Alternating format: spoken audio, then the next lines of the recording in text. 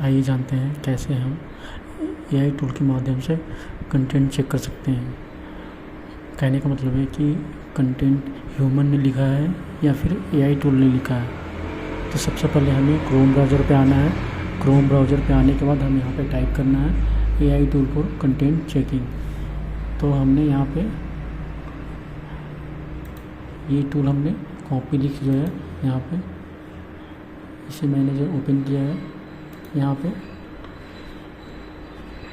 अब कंटेंट रखता हूँ मैं, कंटेंट कोई भी ले लीजिए आप यहाँ से। जैसे मैंने ये कंटेंट कॉपी कर लिया मैंने। अब कॉपी करने के बाद यहाँ पे हम पेस्ट कर देते हैं। अब इसको हम चेक करते हैं कि ह्यूमन ने लिखा है या फिर एआई टूल ने लिखा है। देखिए ये बता रहा दिस इज़ ह्यूमन टेक्स्ट। कहने का मतलब है कि ये ह्यूमन ने ही लिखा है। तो फ्रेंड्स समझ गए होंगे कि एआई टूल के माध्यम से कंटेंट कैसे चेक कर सकते हैं।